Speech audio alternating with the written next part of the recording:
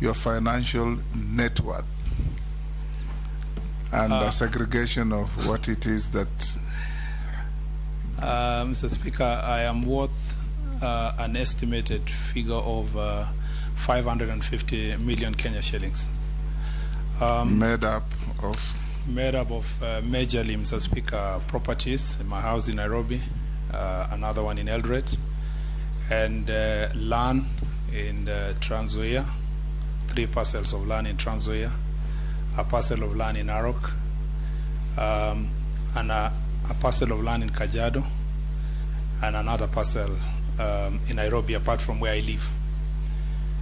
Cumulatively, I estimate, of course, with a bit of, Mr. Speaker, some machinery, vehicles, and also I own a wheelbarrow, Mr. Speaker. And a motorbike. Yeah. Unfortunately, I don't own a motorbike. Maybe because of the sector now, I should own one. Yes. But cumulatively, that comes to about 550 million shillings. What are your current and anticipated sources of income? Basically, I practice law under the firm of SMS.